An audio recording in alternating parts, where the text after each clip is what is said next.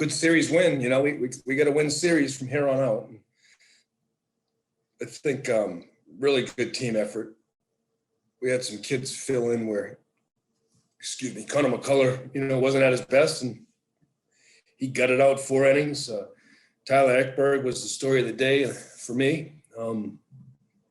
He settled everything down. We had kids like Danny Carinci was a last-minute lineup replacement, came in and did a great job. And you look at the bottom of our lineup, 7, 8, 9. Caleb and Blake Burrows had to fill in this weekend too and did a phenomenal job. So really speaks to the depth of the program and the quality of kids that are already always in the right frame of mind when their name gets called to give a productive outing for our team. And couldn't be more proud of our guys, to bounce back, stay positive, and put themselves in a really good situation to win a series and get us back in the thick of things in the Big 12. Cole, go ahead. Hey, Coach, congratulations on the win. Not sure if you know or not, but this is the first time since 2013 that Kansas State has beat Oklahoma in a series. Just what does that mean for the program? We just got to keep getting to that 2013 stage of the program. Hopefully there'll be a lot of first and since long time accomplishments, that continue to happen. But I always say it, Phil, I wouldn't have taken my next job if I couldn't go to Omaha from that destination. And there's a reason why we came to Kansas State. And we want to go to Omaha. We want to win. We want to win series in the Big 12 and get back to that elite level like the 2013 team. And you mentioned Cam Willman being scratched and Carinci replacing him, and Dylan Kapliger came into the game for Chris Ceballos. Was that an injury situation with both of those guys, or just a decision on your part? Yeah, Willman was hurt. He didn't feel good yesterday, and played a doubleheader with some pain, and he just couldn't go today. Hopefully, it's not a long-term deal. And then Ceballos wasn't feeling great today, his arm, and he he just looked tired to me. He had a quality at bat, but get some fresh legs behind the plate, and but good thing we have depth and confidence in our catching situation. Thanks, Coach. Okay, thanks, Cole. Cody, go ahead. Hey, Coach. So in that first inning, bases loaded, runs already in. You guys get the double play. Just how important was that for getting McCullough kind of settled into the game? I'm glad you brought that up. That was the key to the game. You never know when the key of the game is going to pop up. Everyone likes to talk about the last couple innings when they talk about keys to the game, but that first inning, that ground ball double play, man, it just damage control. We come out of that inning with 1 run, and it's like yesterday. Geez, we were chasing 3 after the first inning, and that's a tough way to make a living, and to be able to get that ground ball and get that double play and damage control that situation, to me, allowed us to settle in and allowed Connor to settle in. He didn't have his best stuff. Sometimes you got to go out there and be effective and be competitive without your best stuff. And I thought he did that today. How much of a luxury is it to have guys like Ekberg and Casey in the bullpen so that can eat up those innings after a long day yesterday? Yeah, it was good to have those guys. And I think our bullpen depth won that series for us, and in the quality of our bullpen depth. It's good that Tyler and Casey can bounce back. They're conditioned to bounce back-to-back days. And I'm just happy for Casey because he didn't have the results he wanted yesterday, and today I thought he was awesome. His stuff was awesome. His command was awesome. How exciting is it to see that series that Dylan had this weekend?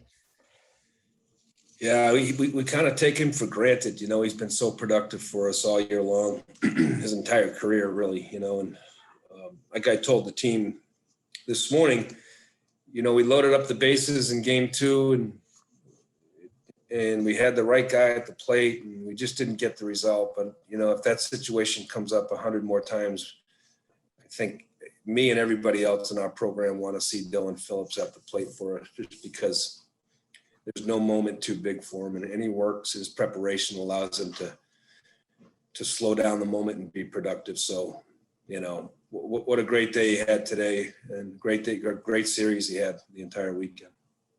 And then last one for me, the upcoming series of West Virginia. Just how important is that one to kind of gain some ground in the Big 12 standings?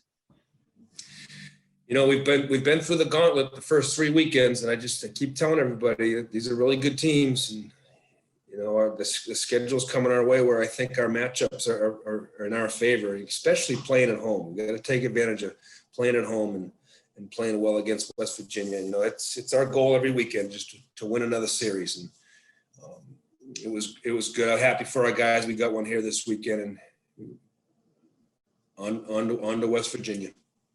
All right, thanks. Okay, thanks. We'll go Fitz and then Jimmy. Hey, Coach, good win. Good series. You've addressed this before, but this Jekyll and Hyde thing you got going with home and road, and it really, if you look at the offense, that's really been a key. You seem a lot more relaxed at the plate at home. Is that how you see things? Yeah, I do, and it's also Texas is, they got hot on a three-day stretch with us, which as good as anybody in the country, and not much you can do there. But yeah, our guys like to hit at home. That's what we practice. It's their hitting background. They're familiar with, their routines. But if we want to be an Omaha team, we got to play good on the road. It's just something that every good team I've ever coached, it really doesn't matter where you play. You're always productive. You got to be good enough on the road. And, we're a young program, and when it comes to learning how to win the right way, and that's one area where we need to improve is being a better road team, being tough enough to win on the road. Just a learning process for these young guys. It is. It's just, you got to go about your business the same way, no matter where you are. And we'll get better at it. We talk about it, we address it. I was disappointed how we played in Stillwater, but it's their opening Big 12 weekend in their stadium. There's a ton of we got to be able to deal with that stuff, and then you go play Red Hot Texas. You got to be able to slow them down or win a game where you're up 1 in the 8th inning.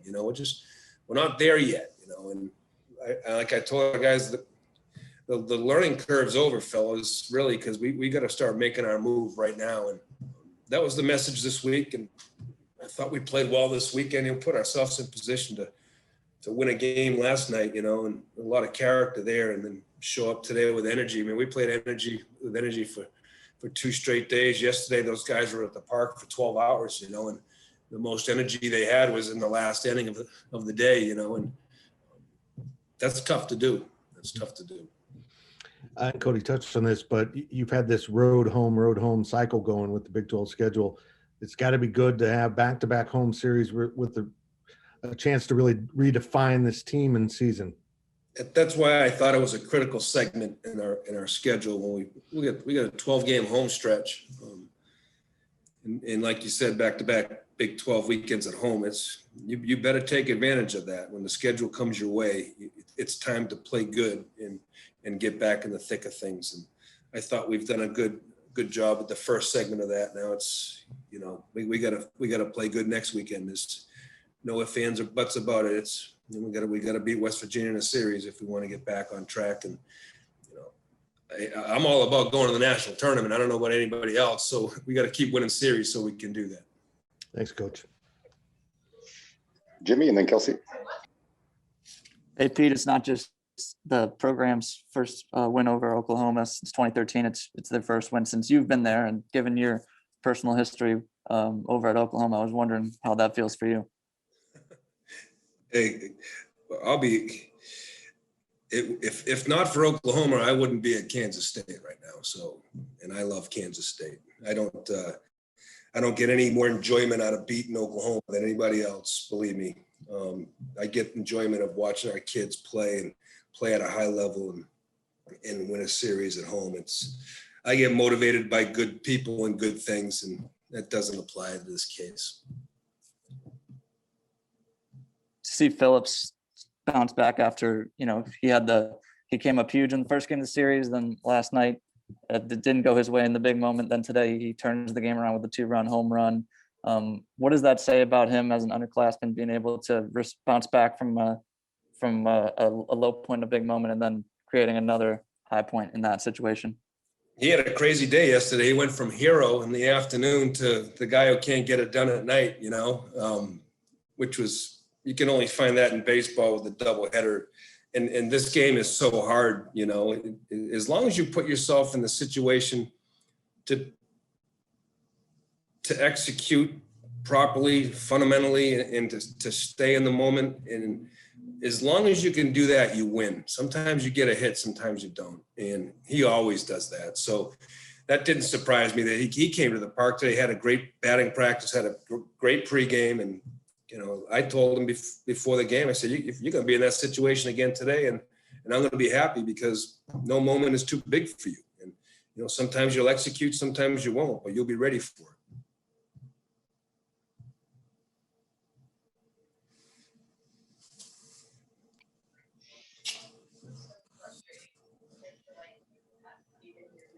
Kelsey, go ahead. Can't hear you, Kelsey. Coach, maybe not so much today, but as far as yesterday's games go, when you have close games like that, how much more do you learn about your team with close games like game 1 and 2? Yeah, that's what it's all about. That's where you learn exactly the character of your team. And there was a lot of good stuff yesterday. We blow a lead in the 9th. Instead of feeling sorry for ourselves, or here we go again mentality, we figured out a way to beat them in the 10th. That's awesome in the growth of a program transitioning into a winning culture.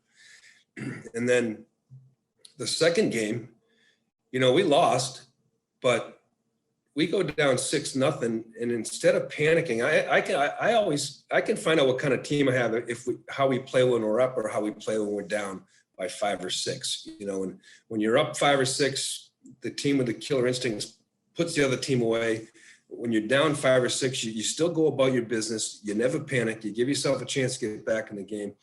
And look, we're at home against arguably the best closer in the country, and we get the bases loaded, and a chance to win a game at home or tie the game right there. And that's all you can ask for with your kids. You put yourself in a position to win when you're down 6-0. So a lot of character was on display yesterday. And as the coach, I love seeing that stuff because those are the little baby steps and those are the little examples that you see when culture is transition into a winning one. And Coach, this next week, you guys don't have any midweek games. How important is that to kind of have the week off, especially, you have some injuries right now too? Yeah, we're banged up a little bit. It couldn't come at a better time, honestly. I love to play. There's only one way to get better at this game is to play games, but we are banged up. And for us to be able to get those guys healthy, it brings back the depth to our program. And heading here for the second half of the Big 12 schedule, that's what we're going to need is depth. Thanks, Coach. Thank you. Jimmy, did you have one more question, Jimmy? Yeah, I've got one more. Pete, just all the stuff you were touching on about bouncing back and not playing here we go again. Where does that fit into a team's growth and learning curve towards becoming the type of team that you're talking about with the 2013 team? I think we're past it. I just don't hear it anymore. Here we go again. We just blew another lead. You hear the rumblings with programs that have lost that way, and you're trying not to lose instead of playing to win. I think we're there. I really do. We got to get on a roll and continue to do that and just play clean baseball. I don't worry about this team's winning mentality anymore.